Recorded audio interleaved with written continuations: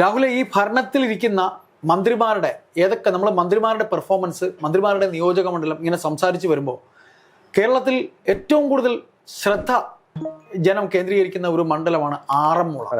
അത് എന്തുകൊണ്ടെന്ന് ചോദിച്ചാൽ കേരളത്തെ ആരോഗ്യരംഗത്ത് ഏറ്റവും കൂടുതൽ ഉന്നതങ്ങളിലേക്ക് ഉയർത്തി എന്ന് അവർ അവകാശപ്പെടുന്ന നമ്പർ വൺ ആരോഗ്യം ഉയർത്തി എന്ന് കാട്ടാൻ അവർ പറയുന്ന, അതായത് ഭരണത്തിരിക്കുന്ന പാർട്ടി LDF പറയുന്ന മന്ത്രിയും ആരോഗ്യവകുപ്പും ആറന്മുളയിൽ ചോദ്യം ചെയ്യപ്പെടുമോ? യഥാർത്ഥത്തിൽ നമ്മൾ പരിശോധിച്ചു കഴിഞ്ഞാൽ പൊതുവെ ജനങ്ങൾ പറയുന്നത് റിസൾട്ട് വരുമ്പോൾ ആദ്യം തോൽക്കാൻ പോകുന്ന മന്ത്രി ആരോഗ്യമന്ത്രിയാണ് എന്നുള്ള പറച്ചിൽ പൊതുവേ ഉണ്ട്. പക്ഷെ നമ്മൾ ആറന്മുള മണ്ഡലം പരിശോധിച്ചു നോക്കുകയാണെങ്കിൽ 2 ടൈമായിട്ട് വീണ ജോർജ് ആറന്മുളയിൽ നിന്നും മത്സരിക്കുകയാണ്. ആദ്യ തവണ 2016 മത്സരിക്കുമ്പോൾ 7646 വോട്ടിന്റെ ഭൂരിപക്ഷത്തിലാണ് അവിടെ വിജയിച്ചു വരുന്നത്. പക്ഷേ രണ്ടാം ടൈമിൽ 2021 വരുമ്പോൾ ഒരു ഇടതുപക്ഷ തരംഗത്തിൽ 19,003 വോട്ടിന്റെ ഭൂരിപക്ഷത്തിലാണ് ജയിച്ചു വരുന്നത്. അപ്പോൾ ഭൂരിപക്ഷം ഉയർത്തി വരുന്നൊരു നേതാവാണ് അല്ലെങ്കിൽ സ്ഥാനാർത്ഥിയാണ് നമ്മുടെ ആരോഗ്യമന്ത്രിയായിട്ടുള്ള വീണ ജോർജ് എന്ന് പറയുന്നത്. വീണ ജോർജിനെ സംബന്ധിച്ച് നമ്മൾ പരിശോധിക്കുന്ന ഒരു സാഹചര്യത്തിൽ ആരോഗ്യമന്ത്രിയാണ്. ജനങ്ങൾ പൊതുവെ വിലയിരുത്തുന്ന, അതായത് നമ്മൾ മന്ത്രിമാരായിട്ടിരിക്കുമ്പോൾ ജനങ്ങൾ പൊതുവെ വിലയിരുത്തുന്ന മന്ത്രിമാർ കൂടുതലും വിദ്യാഭ്യാസം, ആരോഗ്യം, ഇത്തരത്തിലുള്ള മന്ത്രിമാരെയാണ് കൂടുതലും ജനങ്ങൾ വിലയിരുത്തുന്നതും പരിശോധിക്കുന്നതും പെട്ടെന്ന് ആക്സസ് ചെയ്യുന്നതും. കാരണം പെട്ടെന്ന് പേരുദോഷം സംഭവിക്കാൻ കഴിയുന്ന, പെട്ടെന്ന് കൃത്യമായിട്ടുള്ള നടപടികൾ എടുക്കേണ്ട, ഏറ്റവും പെട്ടെന്ന് എടുക്കേണ്ട 2 സംവിധാനങ്ങൾ ഏതൊക്കെയാണ് എന്ന് ചോദിച്ചു കഴിഞ്ഞാൽ ഒന്ന് ആരോഗ്യവും ഒന്ന് വിദ്യാഭ്യാസവും തന്നെയാണ് എന്ന് എടുത്ത് പറയാം. ആഭ്യന്തരവും പറയാം. അപ്പോൾ ഇത് മൂന്നുമാണ് ഏകദേശം മന്ത്രിസഭയെ തന്നെ താങ്ങി നിൽക്കുന്ന ഒന്ന് എന്ന് പറയുന്നത് പെർഫോമൻസിൽ. അപ്പോൾ അതില് പ്രധാനപ്പെട്ട ഒരു മന്ത്രിസ്ഥാനമായിരുന്നു ആരോഗ്യമന്ത്രി എന്ന് പറയുന്നത്. നമുക്കറിയാം 2016 ശൈലജ ടീച്ചറായിരുന്നു ആരോഗ്യമന്ത്രി. അപ്പോൾ ശൈലജ ടീച്ചറിന്റെ ഭൂരിപക്ഷം കൂട്ടുന്നതിൽ മട്ടന്നൂര് ചരിത്ര ഭൂരിപക്ഷത്തിലാണ് ശൈലജ ടീച്ചർ വിജയിച്ചു വരുന്നത്. അന്ന് അവർക്ക് കൂടുതൽ പേര് കൊടുക്കാൻ സാധിച്ചത് കോവിഡ് സമയമൊക്കെ ആയിരുന്നു.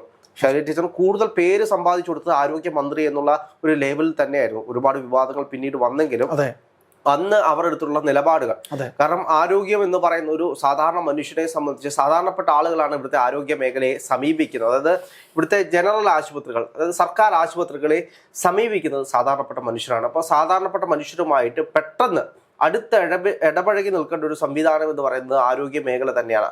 പക്ഷെ ആരോഗ്യ മേഖലയിലെ വീഴ്ചകളായിരിക്കും ഇപ്രാവശ്യം ആറന്മുളയിൽ കൂടുതൽ ചർച്ചാ വിഷയമാകുന്നത്. അതിനപ്പുറത്തേക്ക് ആറന്മുളയിലെ ഒരു വോട്ട് ഷെയറിന് ഒരു കണക്കെടുക്കുകയാണെങ്കിൽ ഏകദേശം CPM-ന് 2016 40.10% വോട്ട് ഷെയർ ഉണ്ടായിരുന്നു. 2021 വരുമ്പോൾ 46.31% വോട്ട് ഷെയറിലേക്ക് വർദ്ധിക്കുന്ന ഒരു സാഹചര്യമുണ്ട്. അതായത് 6% വോട്ട് ഷെയർ CPM വർദ്ധിപ്പിക്കുന്നു. അങ്ങനെയാണ് 19,000 വോട്ടിന്റെ ഒരു ഭൂരിപക്ഷത്തിലേക്ക് CPM വിജയിച്ചു വരുന്നത്. പക്ഷെ അവിടെ കോൺഗ്രസിനെ സംബന്ധിച്ച് നോക്കുകയാണെങ്കിൽ 35% വോട്ട് ഷെയർ ആയിരുന്നു 2016 35.40%. 2021 വരുമ്പോൾ 34.70%. ഏകദേശം ചെറിയ 1% ഇല്ല, ഒരു 0.70% ഒരു താഴ്ച മാത്രമേ ഉള്ളൂ. പക്ഷേ അവിടെ BJP-യുടെ വോട്ട് ഷെയർ ആണ് നമ്മൾ ശ്രദ്ധിക്കേണ്ടത്. 2016 23.60% വോട്ട് ഷെയർ ഉണ്ടായിരുന്നു BJP-ക്ക്. പക്ഷേ 2021 വരുമ്പോൾ ഏകദേശം 17.98% വോട്ട് ഷെയറിലേക്ക് കുറയുന്ന ഒരു സാഹചര്യമുണ്ട്. ഏകദേശം 5.6%. ഈ 5.6% എവിടേക്കാണ് പോയത് എന്ന് ചോദിച്ചു കഴിഞ്ഞാൽ അത് കൃത്യമായിട്ട് വീണ ജോർജിന് തന്നെയാണ് പോയിട്ടുള്ളത്. അപ്പോൾ BJP-യുടെ വോട്ട് ഷെയർ ആണ് കൃത്യമായിട്ട് ഇവിടെ കിട്ടിയിരിക്കുന്നത്. പക്ഷേ ഇപ്രാവശ്യം അത് കൃത്യമായിട്ട് അങ്ങനെ പോകില്ല എന്നതാണ് ഒരു യാഥാർത്ഥ്യം. കാരണം കഴിഞ്ഞ തവണ ഒരു ക്രിസ്ത്യൻ കാൻഡിഡേറ്റിനെ ആയിരുന്നു BJP അവിടെ പ്ലേസ് ചെയ്തിരുന്നത്. അപ്പം സ്വാഭാവികമായിട്ടും വോട്ട് ഷെയർ അവിടെ കുറയുന്ന ഒരു സാഹചര്യം ഉണ്ടായി. ആ വോട്ട് ഷെയർ കൃത്യമായിട്ട് CPM-ന് ലഭിക്കുന്ന ഒരു സാഹചര്യം ഉണ്ടായി. ഇപ്രാവശ്യം അവിടെ BJP നിർത്തിയിരിക്കുന്ന സ്ഥാനാർത്ഥി എന്ന് പറയുന്നത് കുമ്മനം രാജശേഖരനാണ്. കുമ്മനം രാജശേഖരനെ നമുക്ക് കൃത്യമായിട്ട് അറിയാം, BJP-യുടെ തന്നെ ശക്തനായിട്ടുള്ള ഒരു നേതാവാണ്. മിസോറാമിന്റെ ഒക്കെ ഗവർണറായിട്ടിരിക്കുന്ന ഒരു സാഹചര്യം ഉണ്ടായി. അപ്പോൾ BJP-യെ സംബന്ധിച്ച് നല്ലൊരു മുഖത്തെയാണ് BJP അവതരിപ്പിച്ചിരിക്കുന്നത്. അങ്ങനെ ഇരിക്കെ BJP-യുടെ അവിടെ നിന്നും പോയിട്ടുള്ള ഈ 5% വോട്ട് തിരിച്ച് BJP-ക്ക് പിടിക്കാൻ കഴിയുകയാണെങ്കിൽ ഇവിടെ ശക്തമായിട്ടുള്ള മത്സരത്തിലേക്ക് പോകും. അവിടെ കോൺഗ്രസ് അവതരിപ്പിച്ചിരിക്കുന്ന സ്ഥാനാർത്ഥി എന്ന് പറയുന്നത് അബിൻ വർക്കിയാണ്. അബിൻ വർക്കിയെ പറ്റി നമുക്ക് കൃത്യമായിട്ട് അറിയാം. യൂത്ത് കോൺഗ്രസിന്റെ സംസ്ഥാന വൈസ് പ്രസിഡന്റ് ആണ്. അതേപോലെ തന്നെ നമുക്കറിയാം ശക്തമായിട്ടുള്ള യുവനിരയെ നയിക്കുന്ന ഒരു നേതാവ് കൂടിയാണ് അബിൻ വർക്കി. വൈബ്രന്റ് ആയ നേതാവാണ്. ഷാഫി പറമ്പിൽ, രാഹുൽ മാങ്കൂട്ടം, അബിൻ വർക്കി ഇങ്ങനെ പറഞ്ഞു പോകുന്ന കൂട്ടത്തിലുള്ള ഒരു നേതാവാണ് അബിൻ വർക്കി. യൂത്ത് കോൺഗ്രസിൽ നിന്ന് കാര്യങ്ങൾ പഠിച്ചു പറയുന്ന ഒരു നേതാവ്. അതെ, തീർച്ചയായിട്ടും ചാനൽ ചർച്ചയിലേക്കാണെങ്കിലും കൃത്യമായിട്ട് ആധികാരികമായിട്ട് പറയാൻ കഴിയുന്ന നേതാവാണ്. അത്ര ശക്തമായിട്ട് തീപ്പൊരി നേതാവ് എന്നൊക്കെ വേണമെങ്കിൽ പറയാം. യുവജനങ്ങൾക്ക് മാത്രമല്ല സാധാരണക്കാർക്ക് ഇഷ്ടപ്പെടുന്ന ഒരു നേതാവ്. അതെ, അദ്ദേഹം എല്ലാവരെയും ചേർത്ത് നിർത്തുന്ന ഒരു സ്വഭാവമാണ്. പൊതുവെ PR വർക്കുകളൊക്കെ കുറവാണ്. എനിക്ക് തോന്നുന്നു സംവിധാനത്തിന്റെ പ്രശ്നമാണെന്ന് തോന്നുന്നു. ഇപ്പോ കോൺഗ്രസിനെ സംബന്ധിച്ച് പല സംവിധാനങ്ങളുണ്ട്, അതിന്റെ ഒരു പ്രശ്നമായിരിക്കും. അതെ, അദ്ദേഹം ഒരു MLA കാൻഡിഡേറ്റ് ആയിട്ട് വരുന്നൊരു സാഹചര്യത്തിൽ ആറന്മുള എന്ന് പറയുന്നത് നല്ലൊരു സ്ഥലം തന്നെയാണ്. അവിടുത്തെ ഒരു സാമുദായിക സമവാക്യങ്ങൾ തീർച്ചയായിട്ടും UDF അനുകൂലമായിട്ടുള്ള ഒരു സാഹചര്യമാണ്. നല്ല കാൻഡിഡേറ്റ് ആണ് കേട്ടോ. അവിടുത്തെ വോട്ട് ഷെയർ ആണെങ്കിലും അങ്ങനെ തന്നെയാണ് വരുന്നത്. എല്ലാവർക്കും ഏകദേശം ഈക്വൽ വോട്ട് ഷെയർ വരുന്ന ഒരു സാഹചര്യമാണ്. ഹിന്ദു നായർ വോട്ട്. അതെ, അപ്പോൾ അത് സ്വാഭാവികമായിട്ടും അത് പൊക്കോണ്ടിരുന്നത് വീണ ജോർജിനാണ് എങ്കിൽ പോലും അബിൻ വർക്കിക്ക് കൃത്യമായിട്ട് കിട്ടാനുള്ള സാഹചര്യങ്ങൾ അവിടെ നിലനിൽക്കുന്നു. അത് മാത്രമല്ല, പിന്നെ രാഹുലെ ക്രിസ്ത്യൻ ഓർത്തഡോക്സ് വിഭാഗത്തിന്റെ വോട്ടാണ് ഈ വീണ ജോർജിന്റെ വിജയത്തെ നോക്കുന്നത്. അബിൻ വർക്കിയും അതുപോലെ തന്നെ ഒരു സാമുദായിക അംഗമാണ്. അപ്പൊ അങ്ങനെ വരുമ്പോ ഈ വോട്ട് രാഹുൽ പറഞ്ഞ അതുകൊണ്ടാണ് കഴിഞ്ഞ തവണ BJP അവിടെ ഒരു ക്രിസ്ത്യൻ കാൻഡിഡേറ്റ് ഇട്ടത്. പക്ഷെ അവിടെ BJPക്ക് സാധിക്കാതെ പോയത് അബിൻ വർക്കിക്ക് ചിലപ്പോൾ സാധിച്ചേക്കും എന്ന് തന്നെയാണ് പറയുന്നത്. പക്ഷെ അതിനപ്പുറത്തേക്ക് നമ്മൾ മനസ്സിലാക്കേണ്ട മറ്റു കുറേ വിഷയങ്ങളുണ്ട്. ആരോഗ്യ മേഖലയുമായി ബന്ധപ്പെട്ട വിഷയങ്ങൾ, ചർച്ചയാകാൻ പോകുന്ന വിഷയങ്ങൾ ഇതൊക്കെ തന്നെ ആയിരിക്കും. ഇത് ആരോഗ്യമന്ത്രി ആയിരുന്നു ഈ 5 കൊല്ലം. ഭർത്താവ് തന്നെ അവസാന നിമിഷം മത്സരിക്കരുതേ എന്ന് അപേക്ഷിക്കുന്നത് നമ്മൾ കണ്ടതാണ്. സ്ഥാനാർത്ഥി ആക്കരുതേ എന്ന് അപേക്ഷിച്ചിട്ടും CPM രാഹുൽ അതിനകത്തൊരു തന്ത്രം ഉണ്ടായിരുന്നു രാഹുല്. അത് പിന്നീടാണ് നമുക്ക് അറിയാൻ പറ്റിയത്. അതായത് ഇവരുടെ പാർട്ടിയിലെ പത്മകുമാറിന്റെ ഓർമ്മയുണ്ടല്ലോ, പത്മകുമാർ ജയിലിൽ നിന്ന് ഇപ്പൊ ഇറങ്ങിയ സമയമായിരുന്നു മത്സരിക്കാൻ അനുവദിക്കരുത്. അപ്പോൾ പാർട്ടി കാര്യം അന്വേഷിച്ചു. ഇത് വിളിച്ചു പറയുന്നത് അല്ലെങ്കിൽ സംസാരിക്കുന്നത് തോമസ് ഐസക്കിനോടാണ്. തോമസ് ഐസക്ക് പത്തനംതിട്ടയിലെ പാർട്ടി ചുമതലയുള്ള ആളാണ്. അങ്ങനെ ഐസക്ക് പാർട്ടിയോട് പറയുമ്പോൾ പാർട്ടിയിൽ നിന്ന് കാര്യം അത്രയും വേണ്ടപ്പെട്ട ആളാണല്ലോ വീണ. എന്താണെന്ന് കാര്യം തിരക്കുമ്പോഴാണ് ഈ പറയുന്ന തെരഞ്ഞെടുപ്പ് കമ്മിറ്റിയുടെ ചുമതലകൾ അല്ലെങ്കിൽ ആ കമ്മിറ്റിയിൽ പോലും 7 അയലത്ത് പത്മകുമാർ ഉണ്ടാകാൻ പാടില്ല. പത്മകുമാറിനെ അവിടെ നിന്ന് നാട് കടത്തണം. അങ്ങനെയാണ് എന്നുണ്ടെങ്കിൽ മത്സരിക്കാം. അത് കേട്ടുകൊണ്ടാണ്, അത് പ്രകാരമാണ് അതായത് ഗോവിന്ദൻ ഉൾപ്പെടെയുള്ളവർ പത്മകുമാറിനെ ചേർത്ത് നിർത്തിയപ്പോൾ എത്രയും പെട്ടെന്ന് പത്മകുമാർ കാരണം കാണിക്കണം എന്ന് പറഞ്ഞുകൊണ്ടൊരു നോട്ടീസ്, എന്താണ് സ്വർണ്ണക്കൊള്ളയിൽ താങ്കൾക്ക് പറ്റിയത്, അതിൻ്റെ കാരണം താങ്കൾ വ്യക്തമാക്കണം എന്ന് പറഞ്ഞുകൊണ്ട് പാർട്ടി പേപ്പർ കൊടുക്കുന്നു. ആ പേപ്പറിൽ അദ്ദേഹം ഉത്തരം കൊടുക്കുന്നുണ്ട്. കാരണം ഇവരിപ്പോൾ വീണ ജോർജ് എന്ന് പറയുന്ന വ്യക്തി, ഞാൻ ഈ അവരുടെ പാർട്ടിയിലെ കാര്യമാണ് പറയുന്നത്, അവർ സംസ്ഥാന സമിതിയിലെ ക്ഷണിതാവാണ്. അന്ന് പത്മകുമാർ കൊണ്ടുപിടിച്ചുകൊണ്ട് ബഹളം ഉണ്ടായിക്കൊണ്ട് വന്നത്. അതിനുശേഷമാണ് പത്മകുമാറിന് ഈ ഡ്രോബാക്ക് ഉണ്ടാകുന്നത്.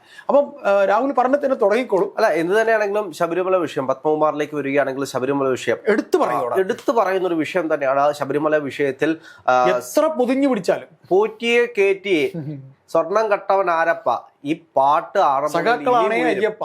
അതെ, യഥാർത്ഥത്തിൽ ആറന്മുളയിൽ ഈ പാട്ട് വീണ്ടും ഉയരും എന്ന് തന്നെ വേണമെങ്കിൽ പറയാം.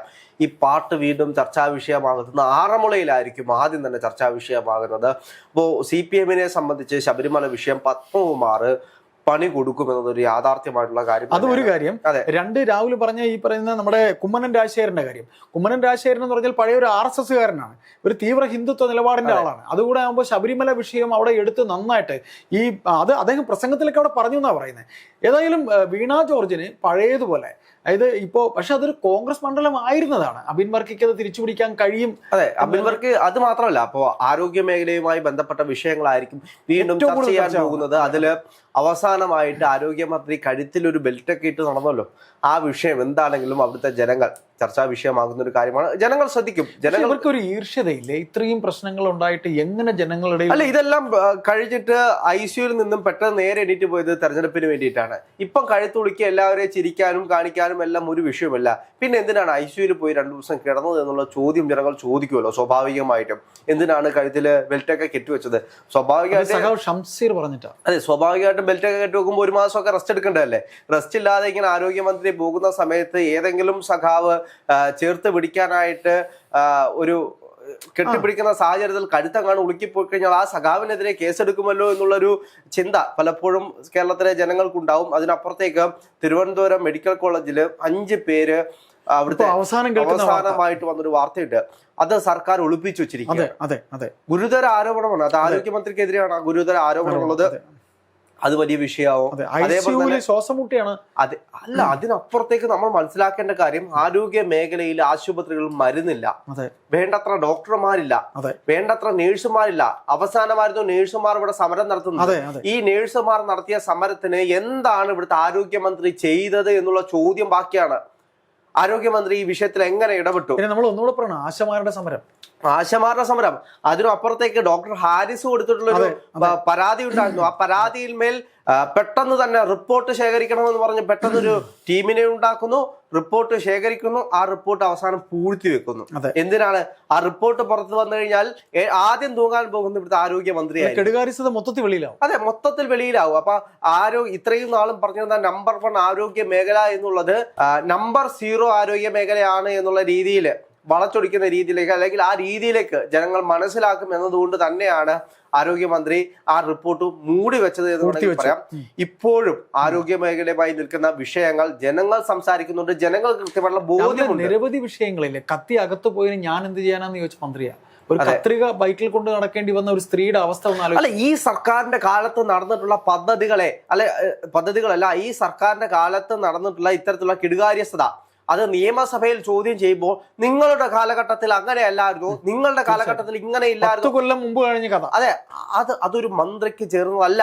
അവരുടെ കാലഘട്ടത്തിൽ നടന്ന ഒരു വിഷയത്തെ സംബന്ധിച്ച് ചോദ്യം ചെയ്യുമ്പോൾ അതിന് വേണ്ട നടപടി സ്വീകരിക്കാം എന്ന് പറയുന്നതിനപ്പുറം നിങ്ങളുടെ കാലഘട്ടത്തിൽ അങ്ങനെ ചെയ്തില്ലേ എന്നുള്ള താരതമ്യം അത് തന്നെ ഒരു മന്ത്രിക്ക് ചേർന്നതല്ല. അല്ല, ഒരു മന്ത്രിപ്പണി പിണറായി വിജയൻ ഏൽപ്പിക്കുന്നതിൽ ഏറ്റവും പരാജയപ്പെട്ട ഒരു മന്ത്രിയാണ്. രണ്ടാമത് നമുക്ക് ഒരു കാര്യം കൂടെ പറയേണ്ടി വരും.